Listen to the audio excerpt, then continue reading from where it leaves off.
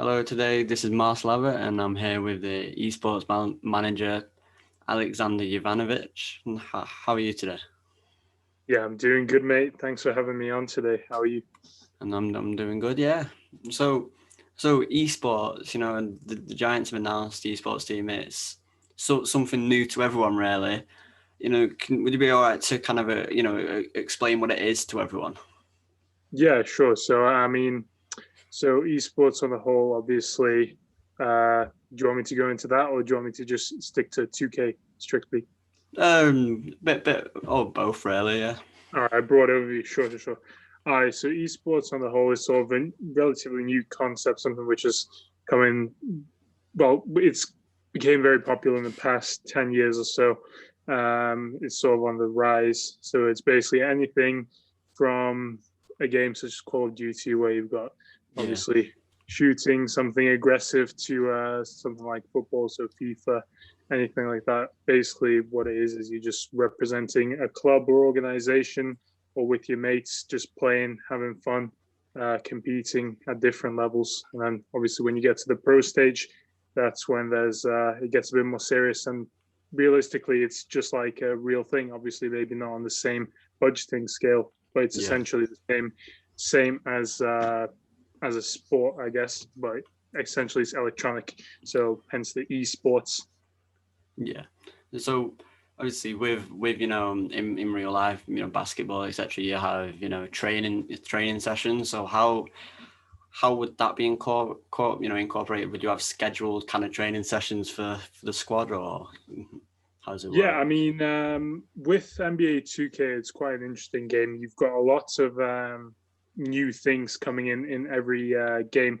So Yeah. essentially, what it is when it comes to a training schedule is you get together with your mates or with your team, essentially, um, into this game mode called Pro Am. Yeah. That's what you play 5v5, sort of like a real game, obviously quite different in terms of gameplay and everything from the real game of basketball. But you get together with your mates, your team, whatever it is, and you've got this thing called private matchmaking or ranked matchmaking. Ranked is essentially where you just search, you ready up with your friends or teammates, Yeah. and you go from there in the sense that it matches up with another team who's readied up at a similar time in a similar location. Private matchmaking is where you put in your own password and you can practice against different teams of similar abilities.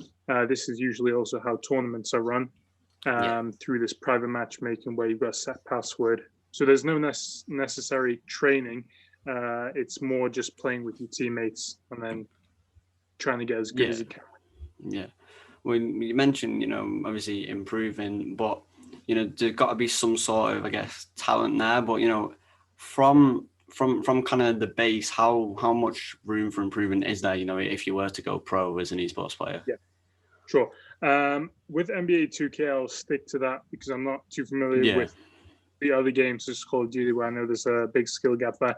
With 2K strictly, it's quite a user-friendly game in the Yeah. sense, at the beginning, I guess, in the sense that everyone can pick up a controller and get pretty decent at it within a couple of months. Yeah. Uh, you learn all the mechanical stuff. It's quite limited when it comes to that. You've got some obviously dribbling moves, shooting, which you have to get used to, but it's not something as intense as, say, Call of Yeah. Duty, where you aim with your mouse or controller, whatever it is.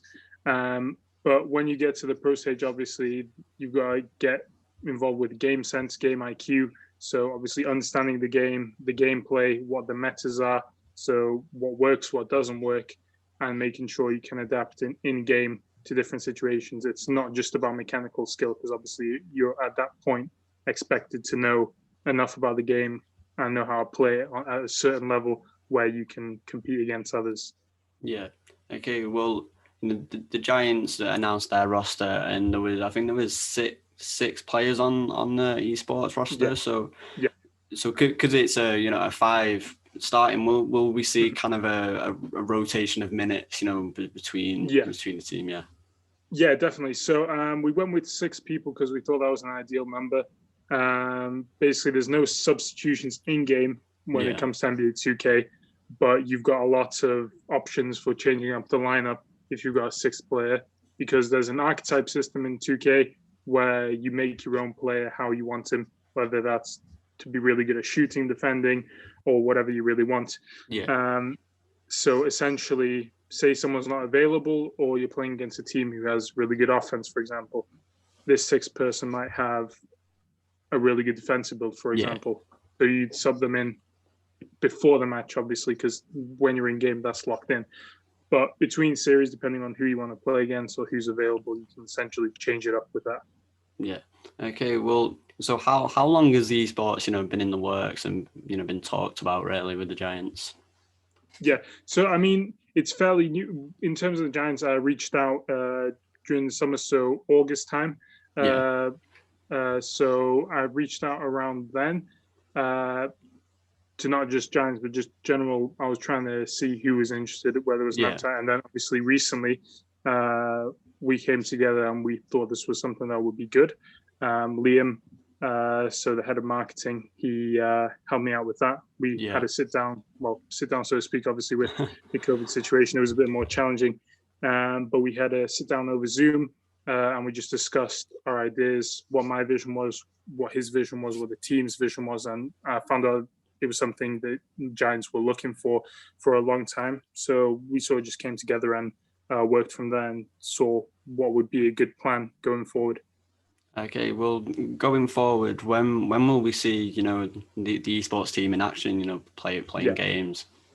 Definitely.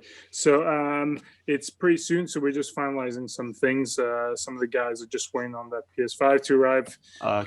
This is something which obviously is essential. And with the stock, which was a bit wavy with the PS5 stock, it wasn't exactly easy for everyone to get their hands on one. I can imagine.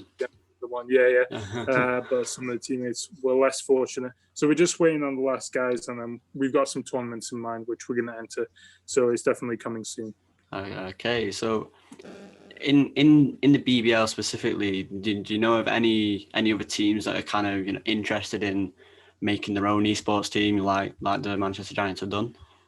Yeah, so I know Liam reached out to a few clubs in terms of actual interest. I'm not entirely sure what's going on there, but I'm sure that there'll be clubs coming on board, which with the size of esports and I think how Giants are going to start, I can see that we're going to have a lot of success with this. So I'm sure that there's going to be an appetite for that down the line, whether it's not initially or immediately. We're going to definitely have some more teams coming on board. Yeah. So you listed as the esports, manager, team manager. What does your role kind of entail? Yeah. So whilst I play the game myself, with Giants, I'm strictly overseeing basically player relations with the club and just making sure everything from the administration point of view and what I can help with from the 2K side of things. Just make sure anything which is unfamiliar to say Liam or Jamie, I'm just making sure I'm keeping them up to date with any new updates, new tournaments. I'm basically going to be organizing all the administration from the 2K side of things. Yeah. Okay, well, it was nice talking. It was nice getting an insight on esports. Yeah, it definitely was. Yeah. Okay. All right. Yeah. Thanks for having me again. It was really fun. All right. Definitely.